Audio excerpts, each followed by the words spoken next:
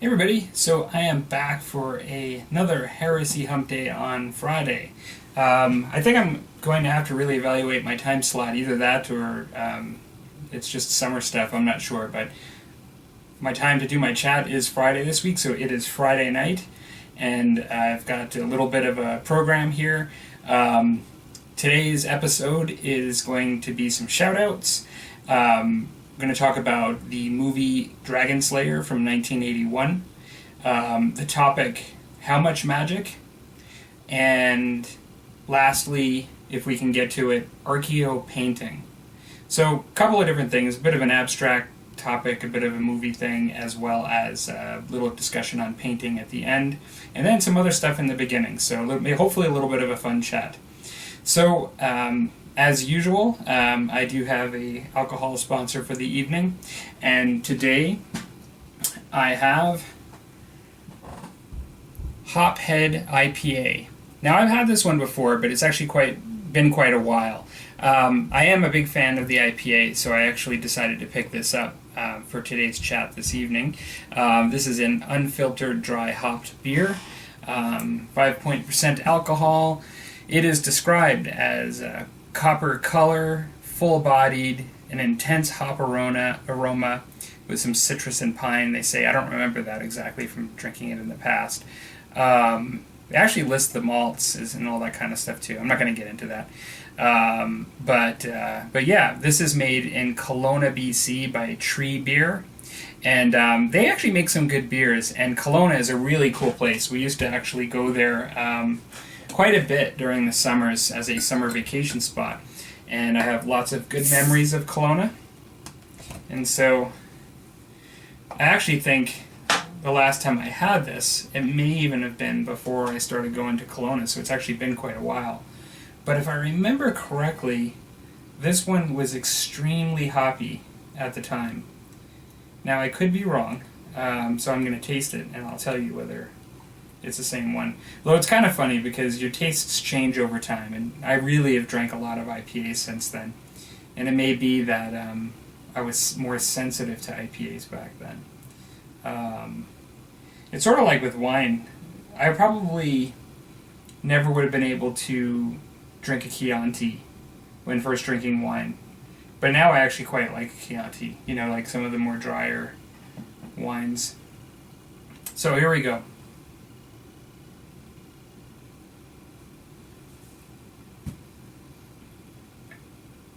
That one is very hoppy. I'm not sure if it's the one. I think it is. You know what I think it is I think I'm more used to these now that are very hoppy, like to the point that this one is. And it tastes good and I recognize it, but it's not beyond drinking. Or like when I first had this years ago, I think I actually found it barely drinkable. Because of my palate, but now I actually kind of like it. Yeah, it's a good one. This is kind of what I was hoping for today's chat here. All right. So maybe we'll just put that right here. Let's get to a couple of shout-outs. I got one that's sort of a new channel that I've been watching, and I've got one that's a very familiar old channel that I've been watching for quite a long time. But I wanted to do a shout out because I don't know if I've ever done one for his channel, and I also he's been putting up some videos recently that I just thought made me think of just doing a shout out. So first one is Miguel Garcia Fernandez.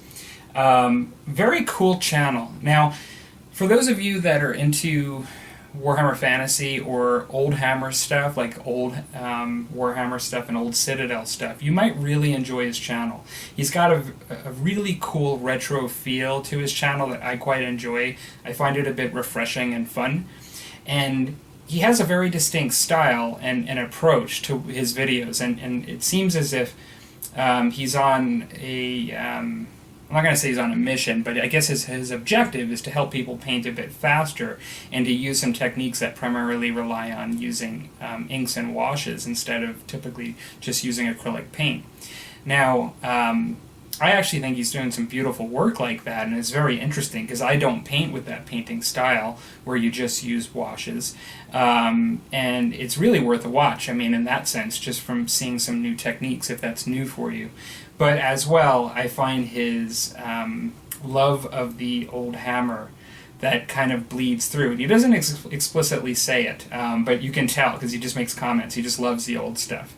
And I just enjoy it. It's just a lot of fun. So I will put a link to his channel in the description if you're interested in seeing Miguel Garcia Fernandez's work. And my next shout out is going to be for Hellcarex. Now, many of you that watch my channel may also watch Hellcarex's. Hellcarex oftentimes chats on the comments on my videos, as well I comment on his.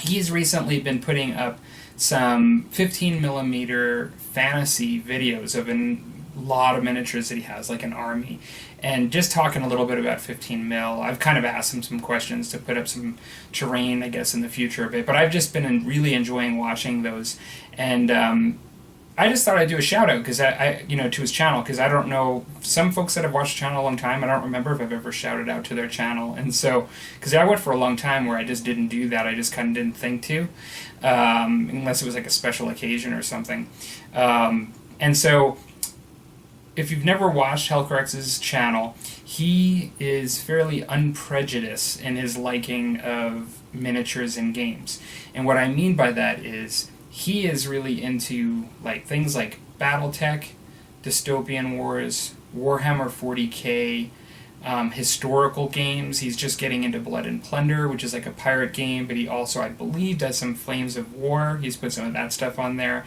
He's had like 15 millimeter Napoleonics. He really just seems to enjoy it all, and that's one of the reasons why I really like his channel too, because I'm kind of the same way in that I actually have an appreciation for both. I do spend periods of time where I unintentionally alienate some of my subscribers, probably by, I'll do Musket and Tomahawks and Saga for like months on hand, and then like maybe my Warhammer 40k audience might get really bored, I don't know, but then I could reverse it, and like now I'm doing lots of fantasy, and some of my historical subscribers might get a bit bored, and it's unfortunate, but I just like lots of things, and that's the way Hellcarex is too on his channel. So you could it really does have something for just about anybody in the wargaming sort of interests. So yeah, so those are my two shout outs, and so both of their channels are going to be linked below. And the other thing I was going to mention is, it's funny how these things work out, but Hellcarex did a video once where he showed the Arachnarok, the goblin, Orcs and Goblins Arachnarok big spider, and he did it all with washes, and it really came out nice. And it's funny because when I was thinking about what I was doing tonight, and I was like, yeah, I'm going to do this shout out and this shout out, I thought, that's weird because Hellcarex is one of my subscribers and one of the people that I watch that actually did do that with the washes, like I just talked about with Miguel's channel. So that's kind of funny how like I'm doing like both of their shout outs tonight, because they both have done painting just with washes, and it to show that sort of, it makes like a really vibrant color with like really cool blends, so it's worth checking out. Alright, so those are the shout outs, and I've talked about the sponsored beer, and so now we will get on to, we normally would do a table update, but I guess I'll do a quick table update just to tell you what I'm working on before I start with the main topics. I'm not going to table down because really what I've done is I've gotten, since my last chat video, I've gotten all of the goblins their first coat of base paint. Let's see if I can show them up close. So they're just the first coat. But I've got all my goblins with their first coat of base paint of green, and then I've actually done leather on about half of them. And so some of them have leather on their feet and like leather bands. It's really around their ankles and on their feet. And then some of them have them like around, around the sword hilt. But then some of them have much more. Like some of it is, have bows where I'm doing leather on the grips, and some of them have, like standards with leather on them, and even other things like armbands and stuff. So it sort of just depends. I've got about 17 done out of my 35, so I'm about halfway there, so of getting all the leather done, and that's what I'm going to work on tonight. So I'm not really gonna show it up close. One thing that is cool, I mean, I haven't put my goblins on my wolves yet because every time I think about it, I just think, oh, this is gonna be so much harder to paint once I put it on. And so I have to at least get, I think, the leather done and then the stuff that's on their chest to be able to get to with a brush before I mess it all up. But, you know, if I had them on the wolves, which won't take too much work, I'm starting to get there. They're starting to look like goblins on wolves. And so I'm moving right along, and I'm going to try to, if anything, pick up steam so I can actually progress on these goblins. And I want to get to the point where I'm highlighting them, because I really enjoy that part. The washes and then doing the highlights is sort of like really fun, and I really like to see things come to fruition. And so I'll do that. I was actually getting ready to do the video too, and I saw another pewter miniature hiding behind my stuff on my work table. You remember I showed that Drizzt Do'Urden, and I showed that, talked about the concept of collectible pewter miniatures from the early 80s. Well, I had this guy. He's not as detailed as Drizzt. Hopefully you can see that well. I think you can. He's just a wizard, and he's like on sort of like some ground, all made out of pewter, and he's got like a crystal ball on a stand, which is kind of cool. He's not the most detailed miniature, you know, as compared to some of the others, but, you know, I just love this stuff. Like, to give you an perspective of how old this is, I just looked on the bottom. I didn't even really know who made these things. I think the one that I did of Drizzt, he had nothing on the bottom of his, but this one says 1985 Cutter Pewter. So it must be a company called Cutter Pewter. So that was really interesting. Yeah, just another one of those collectible miniatures. So, I am going to have to mix some paint and get started doing this work, but I will show my prop for the first discussion. So, I just got finished watching Dragonslayer from 1981 with my kids. I didn't mention this, but my wife's away this week at a conference, so I'm kind of the single parent this week, and I just decided that I'd actually pull this out and show it to them. My kids oftentimes appreciate my taste, and like when I show them something of the past, they usually like it. And they're not just telling me that, you know, but I have to say, as much as I loved this and still do, they were not that overwhelmed by it. My oldest asked to leave like maybe halfway through the movie, so there's a lot that she just didn't see of it. She admitted that the special effects were good, but she felt that the story was very difficult to understand, and she didn't like the way the plot was laid out and stuff, and that's what she was saying. And my youngest watched the whole thing with me, and she felt sorry for the dragon, actually, which is not what they meant to do in it. But here's the back of the DVD. If you take a look at it, it has some really cool special effects. Like the dragon looks really good there. This is 1981, don't forget. I really enjoyed this movie as a fantasy film. So much so that I bought it, you know, years later after watching it as a kid. Now, one of the things that's kind of funny with this movie is that the main actor was a fairly young actor, and it was a fairly early role, like beginning role in his career, and his name is Peter Mcnichol. And you would probably potentially know him from the 1990s show Ally McBeal, where he actually played a sort of quirky judge that had like a whistling nose and a lot of quirky habits. And so I'll throw pictures up of him from the movie back then and Ally McBeal. But I always thought that was funny because most people, I watched that show actually in the 90s, and most people not only did not know that it was the same person, that probably because of the circles I traveled in while I was in college, like just never saw Dragonslayer, but also, you know, they just, yeah, like I think they'd have been very surprised, you know, that he was playing this lead role as a sort of wizard warrior in this early movie. Really great movie. Trying to think, like, it has a real dark grittiness to the film. It's funny because recently I read a review by Roger Ebert, like Ebert, right, from Siskel and Ebert, and the review was actually from like 1981, like when the movie came out, and at the time, it was actually he gave it like really good reviews. He felt it actually was very good. Looking back, I'm really amazed as to how good the special effects are for the time. And I really like I said, the dark grittiness of it. In his review, he made reference to Excalibur, which I've mentioned on this channel a couple of times as a movie I really quite like. Excalibur also has a grittiness at that time for its feel of the fantasy genre. But yeah, like the story itself was really good. Like I liked some of the Nemesis characters in it. Like there's a warrior character that's sort of a bad guy that I thought they did a really good job with. The scenery and where it takes place is really nice. I didn't look up to see exactly where it's set in. It might be Ireland. They refer to Ireland in the movie, and thinking that it's supposed to be a play off of Ireland. The dragon is fairly menacing. They do give you this sense of evil,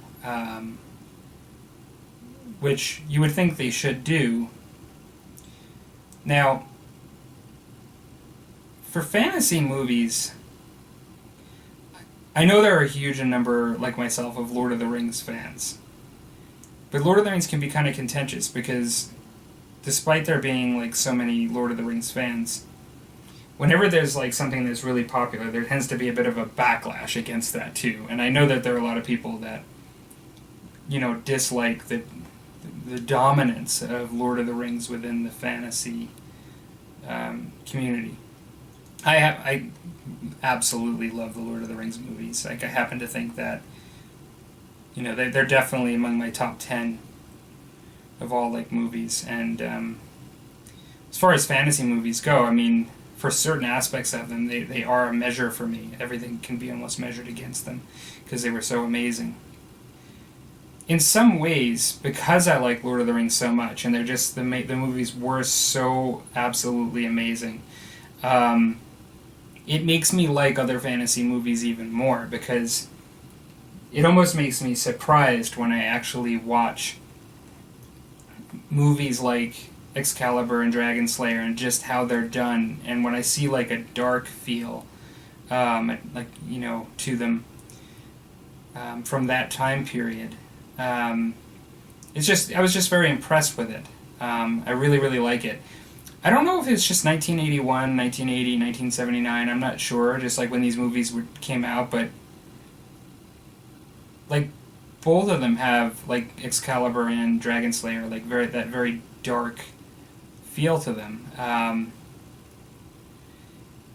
There's something about it, even there's a part where they show a weapon like coming out of a forge, and it just, even the metal, like just the type of filming they did and just what they used for props, it just seemed so like raw, and like the iron, everything they used it just had a different feel to it in the way they actually, in watching it. It didn't seem like just some sort of flimsy prop. Like maybe it was the directing that actually is to be commended, and how they actually shot it.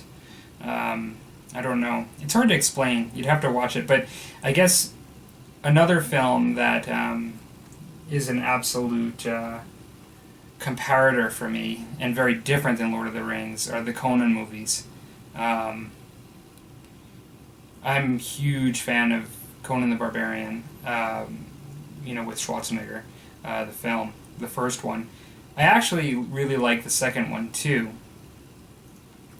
And maybe I'll get back to the second one for other reasons, my next topic. But the Conan had a very raw feel to all the props and to the setting and to everything about it. It just seemed very unbridled in its approach. Nothing was delicate. And despite the fact that this movie has a lot of young people in it that are stars, and not like hardened warriors like Arnold Schwarzenegger playing Conan, it still has that feel of that unbridled, sort of rough, gritty feel to it, which I really quite like.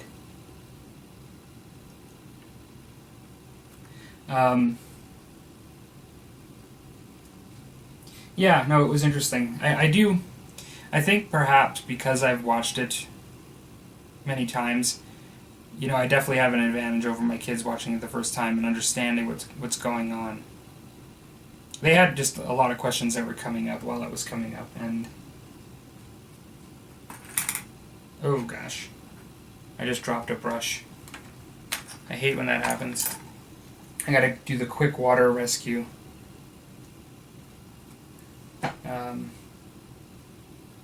Gosh, I can't remember the last time I've done that.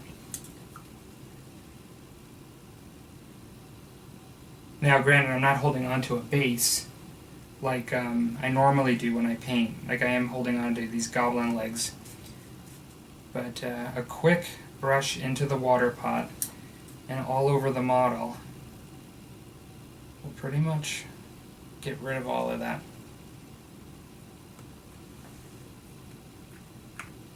Yeah, only one casualty, and it's saved. Okay. So what was I saying? Dragonslayer. So yeah, very good movie.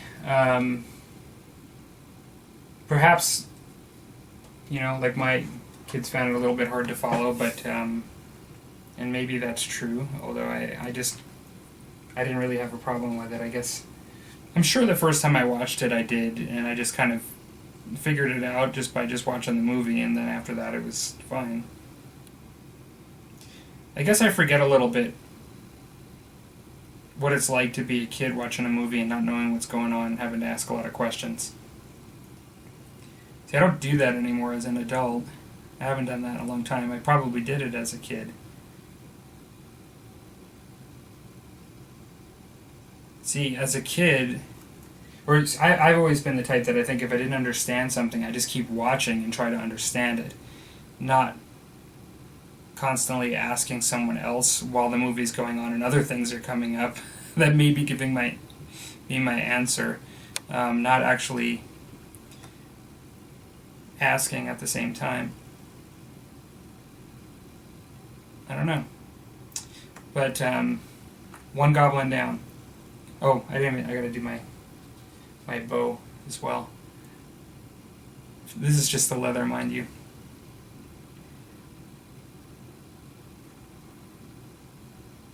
So this is jumping to the next topic pretty quick, but like a lot of times, a lot of these topics, this first and second topic are kind of related. Since I'm talking about Dragonslayer, but it also came up with other things that I'm looking into. I wanted to talk a little bit about, particularly in the fantasy genre, I think is where this comes up more, but I wanted to talk about this idea of like magic, sorcery in the fantasy setting, and how in some genres and movies it's done more than others, or actually it's a part of the world more in some settings than others. I've noticed that in some and I'm going to compare it to horror in a second, because it's just sort of, I never thought about it this way, but so like in some settings and movies, it's ever present, and so like you can have something where it's a battle of wizards, or it's a world that's just, you know, like embedded with magic and everybody knows magic. And, like in some kinds of fantasy, that could be the case, where your common folk might fully expect to see magic that day in their day-to-day activities, because there's tons of magic everywhere. And then there's, the complete opposite, where your average commoner in a society, in this world that's a fantasy world, may never expect to see magic, even though it's rumored to have existed. I'll give you an example. Like, my wife and I watch Game of Thrones, like many people do, I'm sure. And the impression I get is that the average person within the world setting of Game of Thrones would not expect to see magic probably ever. Yet, there is sorcery and magic, and of various kinds, within the Game of Thrones world. You see it come up a number of times. Some cases, they could be sorcerers. In some cases, they could be priests channeling into something. In some cases, they're almost like druids, kind of, but you see it throughout the series at various intervals. But it is actually kind of rare, and for the people that do experience it, it's, like life-changing, it's a life experience. And in some ways, it makes it much more impactful. It provides a sense of impact for the storyline and the creation of the universe in it. Now, I can't think off the top of my head, when I read the Malifaux tabletop game, or if you look at Frostgrave, now these aren't movies, mind you, but, magic seems to be fairly ever-present, because, well, at least in Frostgrave, which I don't play, but it seems like it's basically a battling of wizards, and, wizards' assistants and things, and your warband is always led by a wizard. And then Malifaux is a world of wizards, and basically it's fairly similar. They've opened a portal, and magic is ever present in it. In those settings, they're settings where magic is to be expected. But then, certain settings, it's the exception, not the rule. And I find it interesting how, when you create worlds, whether it be through movies or tabletop games or stories, how there's this decision to be made. Now, I mentioned Conan. I know there are wizards in the Conan stories and things, and you do run into them, but I always get the impression that in Hyborian sort of world, that magic is the exception. Now, if you watch the first movie, he does run into a witch, and so there's some magic. Thulsa Doom, for all intensive purposes, deals in some various kinds of craft, magic, whatever it is. I mean, it might be... I'm not making real differentiations between worshipping, paganistic kind of gods, the serpent god, and that having magic result from that. I'm not making that distinction to sorcery, arcane sorcery. I'm just referring to it as all the same here. But, so there's that. But at the same time, you're talking about, with Thulsa Doom, you're talking about, the main nemesis of the story in Conan the Barbarian. You're not talking about all of his henchmen being magicians and things and all that stuff. I mean, he's the only one that does it, in his group. And so it lends a certain amount of awe, to the scene. And even, I can't tell you how many times, if Arnold Schwarzenegger is playing Conan, sees magic, his eyes get wide, and, it's he braces himself, puts his arms out, it's oh, this is a big deal, It's not like a party in D&D encountering, who every single one of them has a wizard and like encountering things that all have magic, and it's not sort of like almost commonplace in some cases where it can be sometimes in D&D. Speaking of D&D, like, and on this subject, it's kind of funny because when I was younger and I was DMing a D&D campaign, I was DMing it in Ravenloft, and the way that I approached this particular campaign, and it was sort of like a level 1 through 3 or 1 through 5 campaign, like, there were new characters.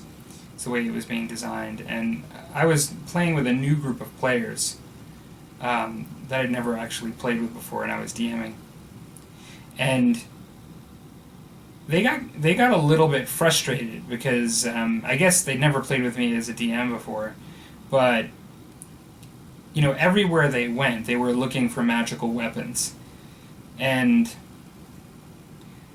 everyone they ran into in towns and things like that would just sort of turn their head sort of sideways and say, like, magic, kind of dumbfounded and just like not knowing what they're talking about. And it became a bit of a joke, because they were all wanting to get, magical armor and magical swords and all of these things, and I was really making them work hard for it. And I was sort of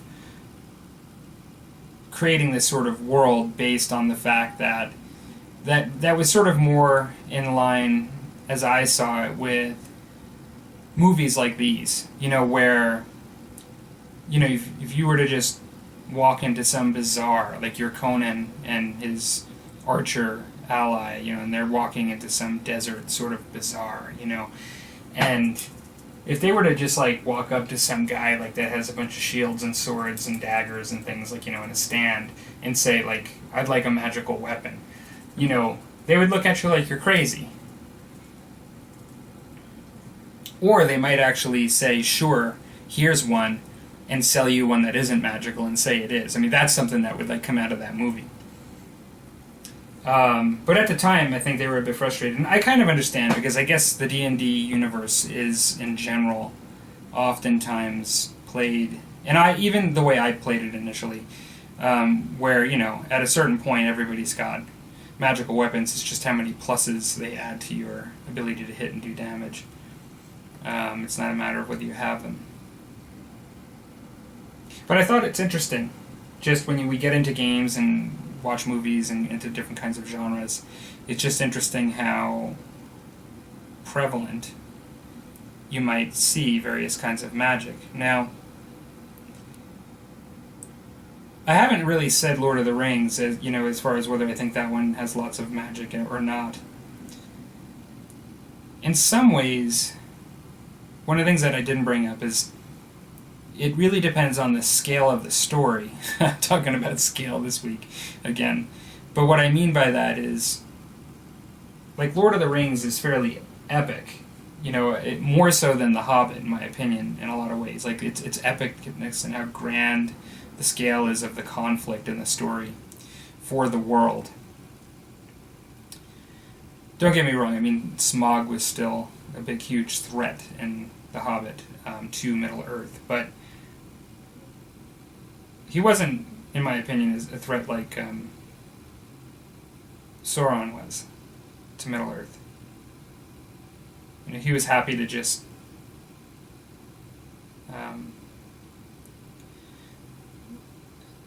just terrorize the humans and take what they've got and have tribute and things like that. And then, kind of similar to the Dragonslayer story a little bit with the dragon. But there are some commonalities, I guess. But, yeah, so I think particularly like in Conan the Barbarian, the scale of the story and the conflict isn't as nearly as big as Lord of the Rings. In Lord of the Rings, you see lots of powerful beings and various kinds of arcane stuff through either Sauron's henchmen, which are sort of magical in of themselves, or through beings like Gandalf and Saruman and things like that. But you're encountering them because they're like the best in the world at what they do, and this is a conflict that's bringing like everybody in the world to where they need to be to support whichever side they're going to support. Whereas if you look at like The Hobbit in the book, I'm hoping I'm not spoiling The Hobbit for anyone, but you look at the book of The Hobbit, and when he finds Sting, that's a huge deal. And it's something that's passed on to Frodo even later in the epic tales. It's not just something, one of many weapons that are all over the place. It's actually quite a big deal. I think it adds to the impact and the value of it in some ways, if that's what you want it to be. I don't think that you can't have stories that are filled with all of that, all over the place, and still not have them to be good, as long as it's, I think, told in a good way, and incorporated into the story in a good way. And maybe the focus isn't the magic weapons anymore, it's something else. So they're not as much in the focus.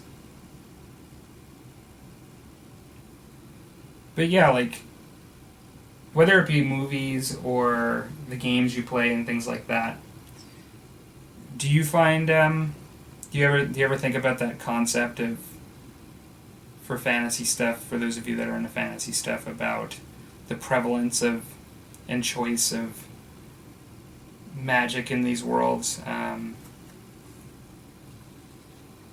I think it can be used either way to make the story better in its own way. Like, like right off the bat, when you look at Lord of the Rings, you've got all these kinds of magical races that have lots of magic, like elves and stuff. And so it adds to the story to display that and show that.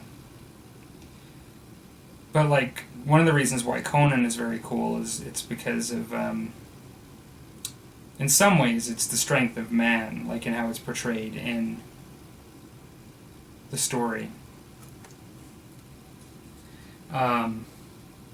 And then it's used at times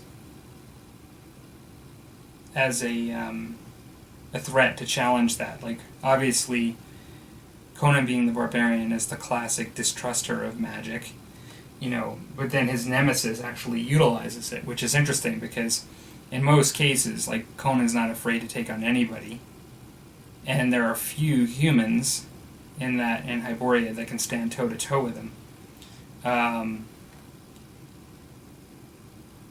But you throw sorcery in the mix, and it's a very good nemesis, even if it is used very selectively in the story. Used just right, it can make for an excellent nemesis and add to the universe of those stories.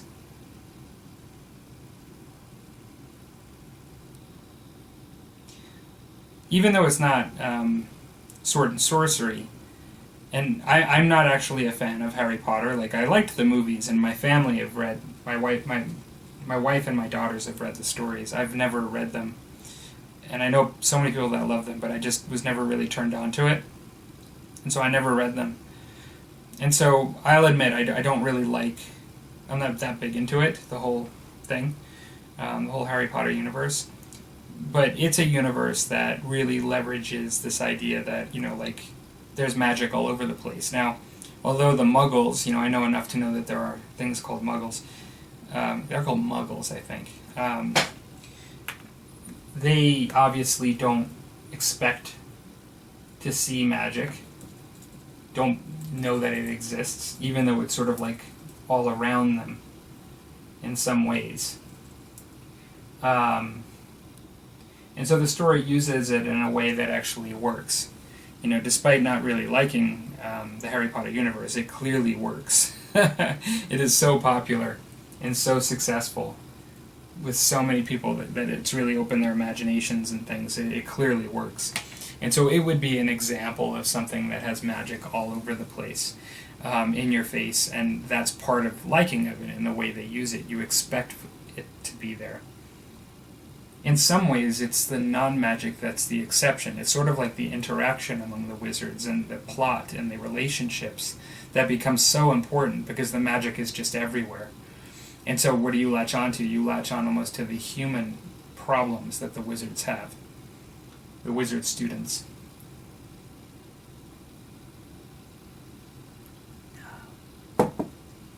Now, it's funny because I was talking about Dragonslayer and I seem to be talking more about Lord of the Rings and Conan now. But Conan the Destroyer, I liked that movie. I know a lot of people don't, as compared to the first one.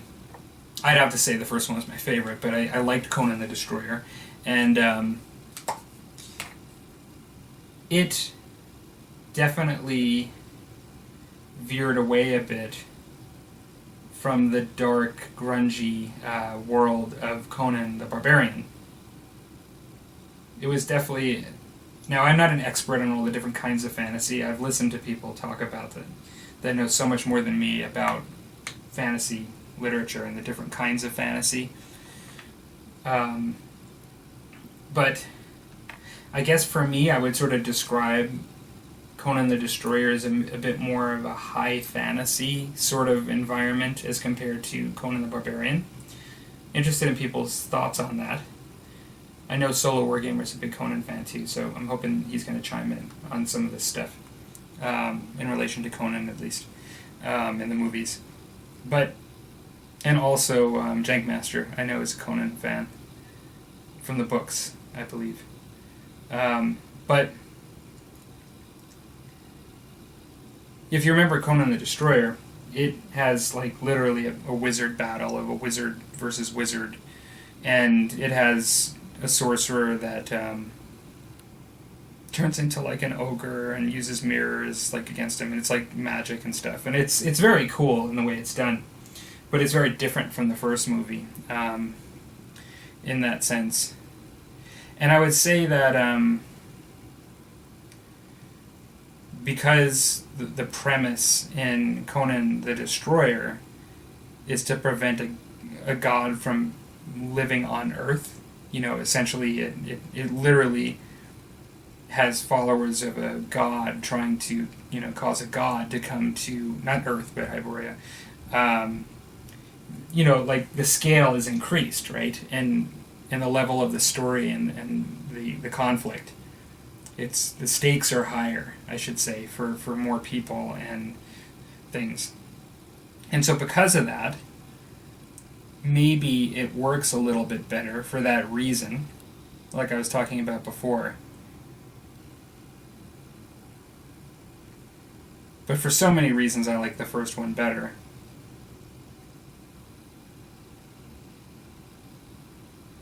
Yeah.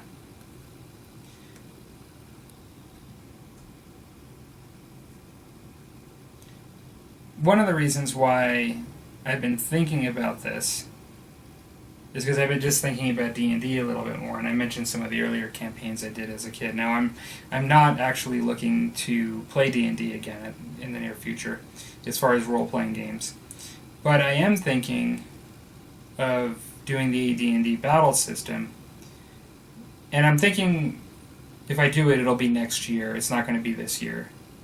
I'll be doing some Oldhammer painting and using and playing Warhammer Fantasy before that and stuff. But I am thinking of doing that next year.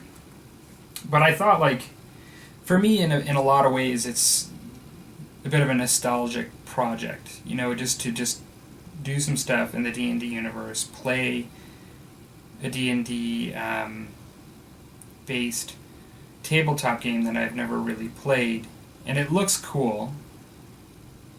I mean, even the fact that it uses the D&D dice, you can use different, you don't just use D6s, you use D12s and D10s and D8s and stuff. I mean, it's just very cool. And there's also a skirmish game for the battle system that you can use as well for smaller conflicts instead of just playing the big open battlefield. So I'm kind of interested in it, but I thought if I'm going to do it, and it's going to be kind of a nostalgic project for the future one day, I am looking at doing it in 15, ultimately.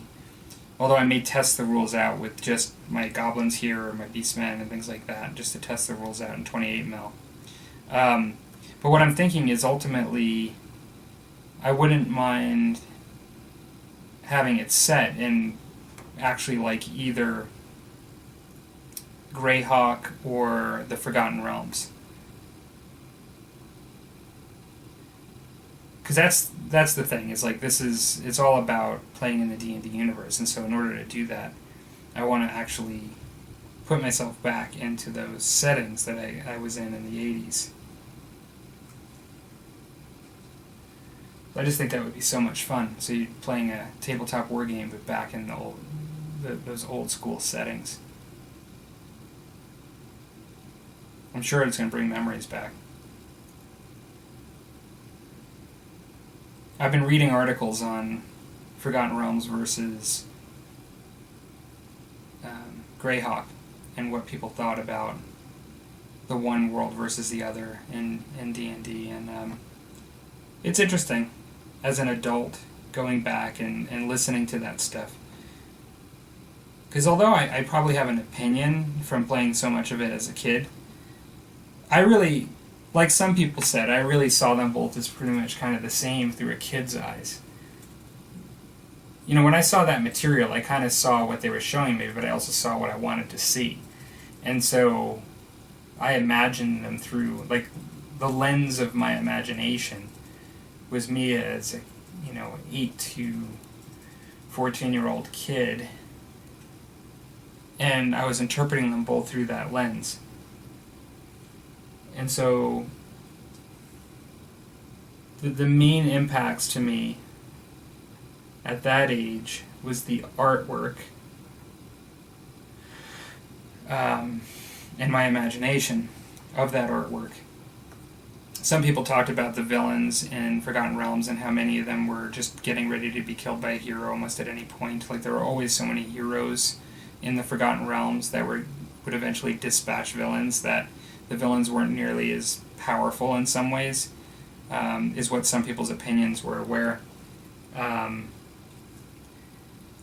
they felt they were a bit more diabolical, more difficult sort of villains in the Greyhawk world. And honestly, I never got that as a young kid playing the game. Like, these are adults that have probably played it both as kids and adults and have some of the nuances of that.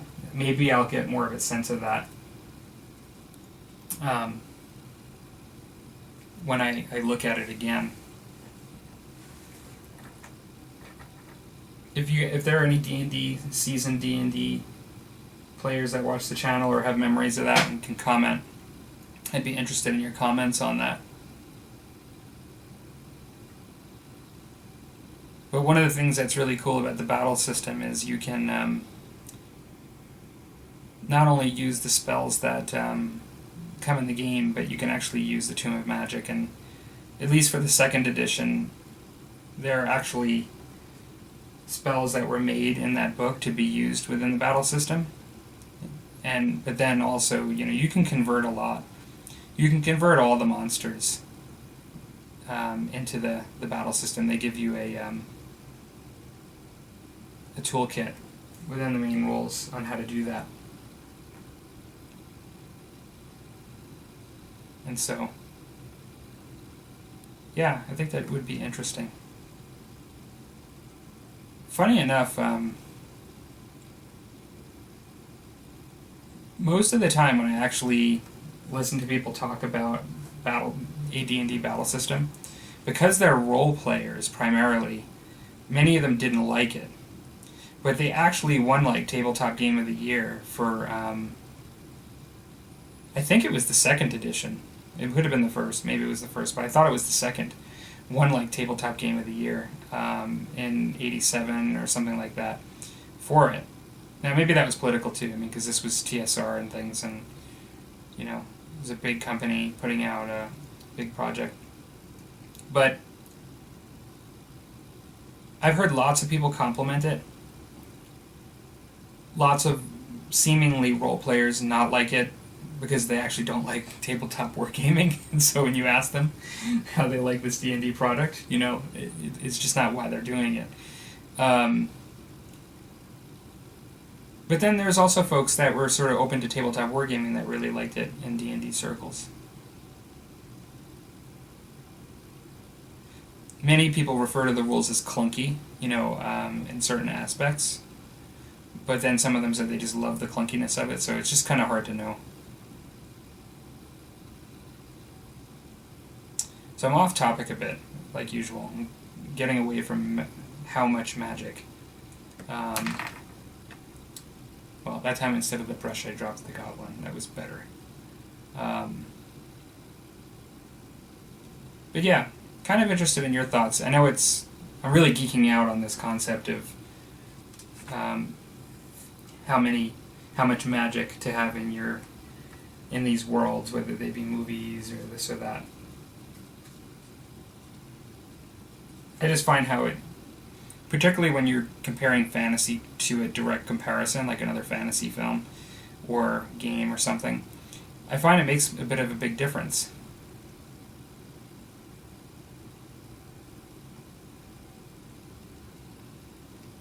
It's funny because I'm also thinking about trying a little Dragon Rampant with my miniatures.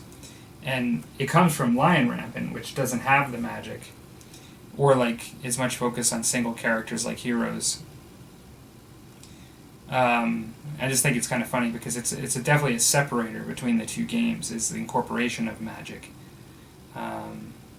versus just straight up medieval sort of battle.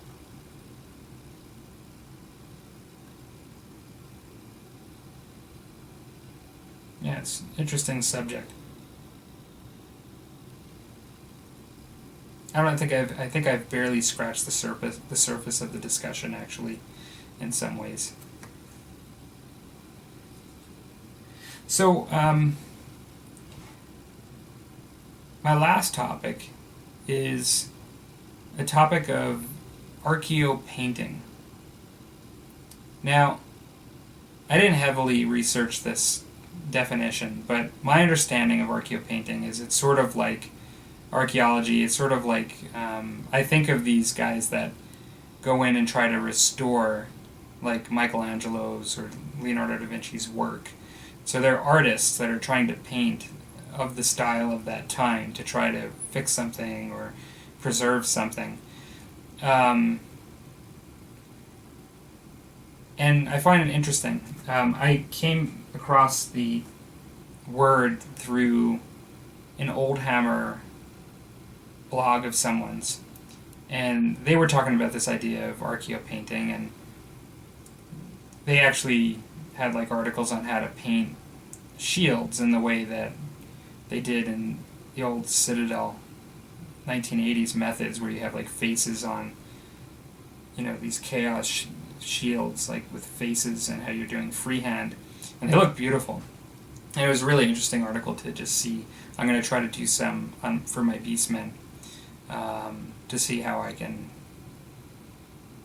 fare with some of these old style painting methods for painting chaos shields for my Beastmen shields. And it had me thinking about painting miniatures and how it's changed over time. And I'm not really thinking better or for worse. Like, I've had discussions about the cartoon style painting versus realistic, and this mirrors that a little bit, because washes and things like that definitely at face value, I mean, they add depth, right? And there are like some technical purposes for washes, but they also can create some gritty realism that you might have not seen when people didn't have access as much to washes and things, and didn't rely on them for that effect as as much.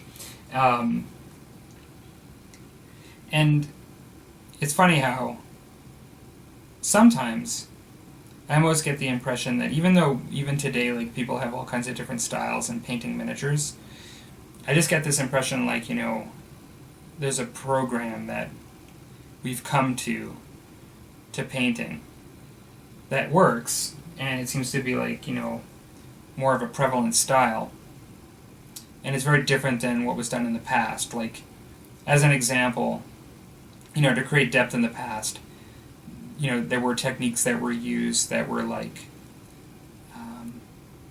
black lining, or lining with a primary shade that's much darker in cracks and where different colors meet in order to make things pop. And people may still very well do that today, but these days most likely people would achieve that with just a form of a wash or a dip or something else to create that line or that effect, rather than painting it in, which is more work, but definitely creates a different effect. And so it's almost like a style difference that's changed over time. Another method that I think is still done today, but that I don't see as much as a necessity that people do, is Victor Kess actually mentioned this on his channel once when he was talking about painting in the past and Warhammer miniatures and how they used to do this, and that is rather than using washes and inks, actually just highlighting up, like starting darker and blending and blending and blending and blending and blending and to get lighter and lighter and lighter. Now I actually still, I do that quite a bit with glazes. That's sort of something I definitely do as part of my style. I've tried to do that more and more because I do think you can get some really nice colors that pop. But clearly, like when you look at the old Rogue Trader days, for instance, you're going to see a style that you don't typically see today. Whether it be the goblin green base that the miniatures are on, or whether it be the lack of using more black lining, less washes, more extreme highlights, things like that. You might just see just different things.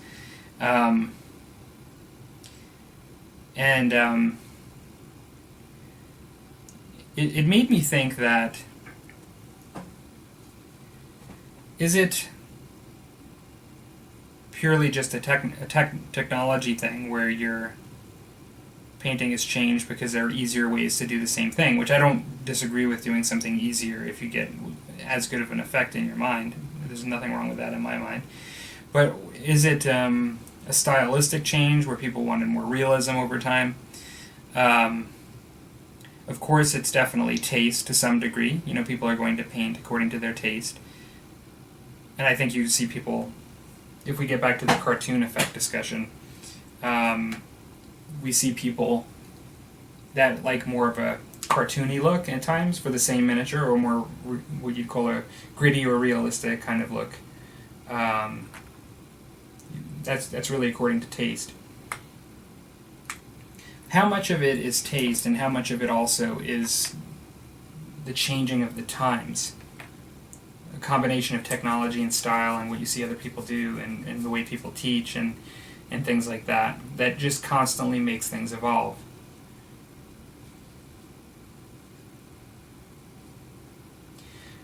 As the miniature hobby progresses, as wargaming continues, and I know that, I'm hoping that the hobby really lasts and stands the test of time, and I really hope in 20 years there's still people playing, tabletop games.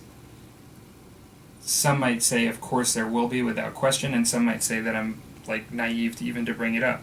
I honestly don't know. But as time goes on, will it ever reach a point where so many techniques are available that people will just be indiscriminately jumping back and forth among all of them and almost talking about them as the way you do in art? I realize that the miniature hobby and painting is like a microcosm of the art aspect.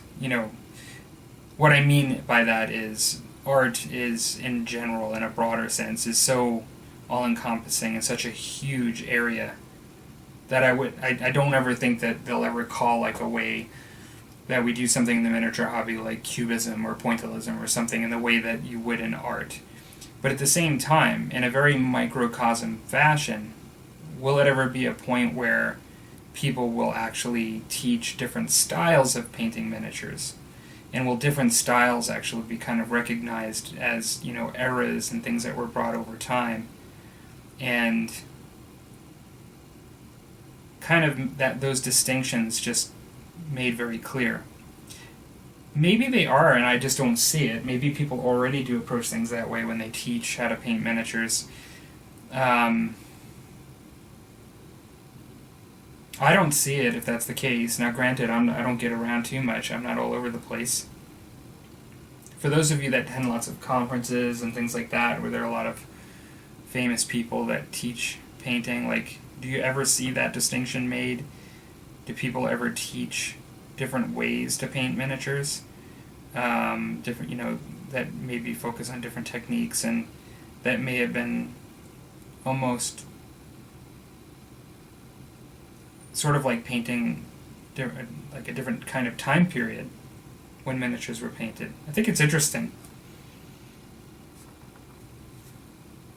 In some ways, I view it as potentially another level in understanding how to paint different kinds of miniatures in different ways. Because you have the techniques that are clearly just the techniques. They are what they are.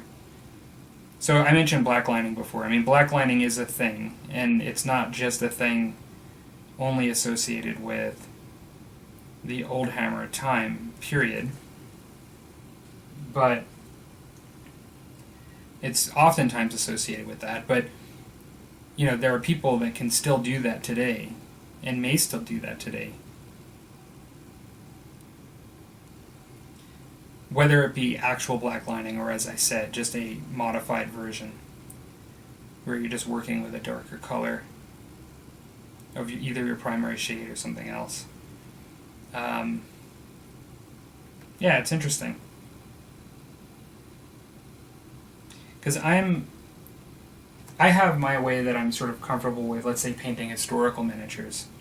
And it's very different than what I'm planning on doing with these goblins, and it's even more different from what I'm planning on doing with my beastmen. Now, I see it as ways to make me grow as a painter. But I also, I just see it as just because I'd be learning and utilizing different techniques. I don't really see one as being better than the other. I do believe that the folks in both camps, that those that are within the old hammer movement that would just feel as if things were just so much better than, and like that style so much more, that they're just very absolute about their opinion on that. And then there are people that feel the opposite, that just feel, the techniques that have evolved and become available are so much better than what was being done then, that there's almost no convincing them of anything otherwise. And so I think, and then of course there are just lots of just people that just fall somewhere in the middle, have appreciation of both. But my point is that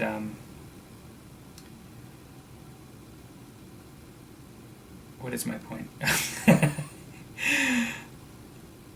My point is that will we ever sort of get to an evolution within our teaching of painting and our approach to painting armies that will structure it in such a way to actually embrace both. I do think that some folks touch on these things. I do believe that that it does exist to have tutorials that might focus on a cartoon effect and point that out versus a more realistic look. But I do think it's still kind of rare, even for people to do that. And most of the time, I think people teach what they feel most comfortable with and what they focus on. And it's usually like a particular painting style. Versus in art where somebody just decides, I'm going to do like a project that utilizes pointillism, and I'm going to make this house on a field with that technique, versus doing my normal landscape style, of oils, and doing it this way. So I don't know. I just find it kind of interesting. I am planning on, like I said, picking up. I'm in the process of purchasing right now the complete fantasy line of coat d'arms, and I might use it for some of my Orc and Goblins, but I'm happy with my Vallejo and contemporary Games Workshop line for a lot of the stuff that I use it for. I'm not actually planning on getting this line because I'm unhappy with my paints. As a matter of fact, it's quite the contrary. I've used some of these paints for years, and it's going to be hard to get used to using new ones in some instances, because I find like my paints are like part of my toolkit. Like, I know how they work and I know what to expect, and so even every time I use a new one, it's a bit of a learning process. If I know the line really well, then it's not that hard, but it's still a little bit of a learning process, but it's not tremendously hard. But I think in the same way that I'm doing this sort of nostalgic project for AD&D, where I want to actually use the dice and the world of D&D and the monsters of that universe for tabletop gaming, and get the nostalgia out of that. I'm looking with my Oldhammer project to also get a bit of nostalgia for like old Citadel, and I want to use the old paints because it's more of a painting project than even a gaming project. Even though I will play games with them, I'm really doing it more to paint it up and as a collection. And so I even asked a friend whether he has some of the old green movement trays from Citadel, because I actually want to use those, because it's just more of a nostalgic thing.